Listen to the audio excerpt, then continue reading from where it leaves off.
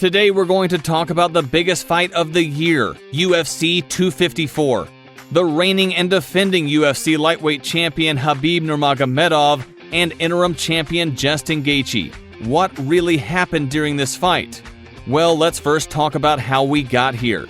Khabib was coming off his second title defense last year at UFC 242 against Justin Poirier, who he defeated by third-round submission in an absolutely dominating performance. Khabib was supposed to fight Tony Ferguson in April of 2020 at UFC 249, but the fight was canceled due to travel restrictions put in place because of the COVID-19 pandemic. Khabib was stuck in Russia and could not enter the US. Hence, the UFC brass pushed back UFC 249 to May and replaced Khabib with Justin Gaethje. Justin met Tony Ferguson in the main event of UFC 249 and fought for the interim UFC lightweight title. Justin pulled off a shocking upset and defeated Tony Ferguson by fifth-round TKO. This snapped Tony's 12-fight win streak and crowned Justin Gaethje as the new UFC interim lightweight champion. This set up the biggest fight of the year, which took place last Saturday afternoon, as Khabib and Justin met in a lightweight title unification bout. In this video, we will break down what happened and how the main event transpired. Before we get into it, please remember to smash that like button if you like the video, as well as subscribe and hit that notification bell so you know whenever we have a new video coming out. Now back to the topic at hand. Round 1. This fight proved to be one of the best performances of Khabib's career because he was in control of the action the entire length of the fight. We all know what Khabib is going to do. Provide massive pressure by getting in his opponent's face. Use strikes and footwork to close the distance, then shoot in for underhooks, a body lock, or single leg takedown. If the takedowns are successfully defended, then he will simply transition to another takedown and chain them together. Then use trips and foot sweeps to finish the takedown. He will then control the legs and arms as he proceeds to unload with vicious ground and pound. Khabib has done this in every fight and his opponents know it's coming. The question is, and will always be, can you stop it? What will you do when you get taken down? These are questions Justin Gaethje would need to answer.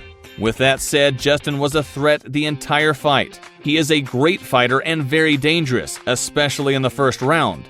He is a phenomenal defensive wrestler and has great takedown defense. It was clear Justin wanted to strike and stay off the ground by any means necessary, like all Khabib's past opponents. Gaethje stayed mobile and kept his back away from the cage, which is where Khabib gets most of his takedowns. Gaethje would circle or run away from the cage and stuff a few takedowns from Khabib, then throw big looping punches and calf kicks for most of the fight to counter Khabib's pressure. But that was the story of the fight for Gaethje. It was simply trying to counter Khabib's pressure. Justin was always in defense mode and never had the chance to mount any significant offense. Therefore, he did not have much success in this fight. Justin was always reacting to the overwhelming pressure Khabib brings with his movements, counters, straight punches, and takedown attempts. Every time Gaethje attacked with a leg kick or looping punch, Khabib countered right back with punches of his own as Justin was trying to reset. This constantly kept Gaethje in the mindset of defense, not attacking or setting up any significant offense.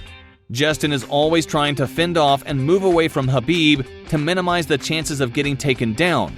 This is where Justin ultimately failed. Throughout the first round, Justin did a pretty good job of keeping the fight standing. However, like almost every opponent Khabib has faced, once Justin started to feel the pressure, he began to move back and counter with large looping hooks, hoping to catch Khabib and knock him out. This was the beginning of the end. Gaethje is a power puncher. Power punchers thrive on moving forward and providing pressure to their opponent. They do not respond well to getting pressured. The best way to negate the power of a big puncher is to force them backwards with pressure. It is very difficult to set up and get power behind your punches while moving backwards under pressure. This is the same trap all Khabib's opponents fall into.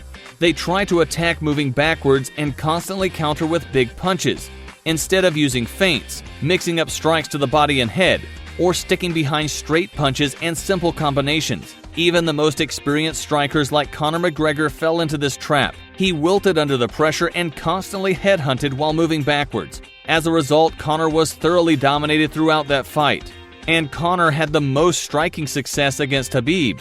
Gaethje was constantly trying to attack the legs with calf kicks. Of these kicks, Khabib checked almost none of them. Instead, Khabib would counter those kicks with jabs and right hands while Justin was trying to reset, forcing Justin to retreat and avoid getting hit or taken down after throwing the kick. Once again, Khabib put pressure on Justin and forced him backwards into defensive mode. Justin continued to throw kicks though. In the last minute of the first round, it was one of these kicks that allowed Justin to be taken down. After Khabib realized Justin was susceptible to pressure and attacks while retracting his kicks, Khabib shot for takedowns after Justin would throw calf kicks. Khabib would land the takedown on Justin near the end of the first round. Khabib would wrap the legs and take control of Justin's arms. This gives Khabib full control over Justin's body. Gaethje is now in a world of trouble. Now, it's no secret Justin does not train much, if any, in jiu-jitsu or submission defense. He has admitted this in several interviews. This is a huge hole in Justin's game. Luckily for Justin, for most of his MMA career, he has been able to negate this deficiency with elite takedown defense. But whenever Justin is taken down, he responds like a wrestler would during an amateur match. He turns over onto his stomach, gets on all fours or turtle position, and tries to explode up to his feet. In a wrestling match, this would make sense to avoid getting pinned.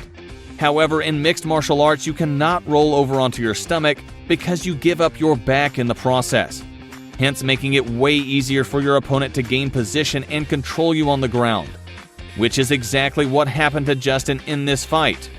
As soon as he got taken down, he turned over and tried to explode up, thus giving up his back and allowing Khabib to go straight to full mount position. From here, Khabib took advantage of Justin's non-existent submission defense and tried to lock up an armbar.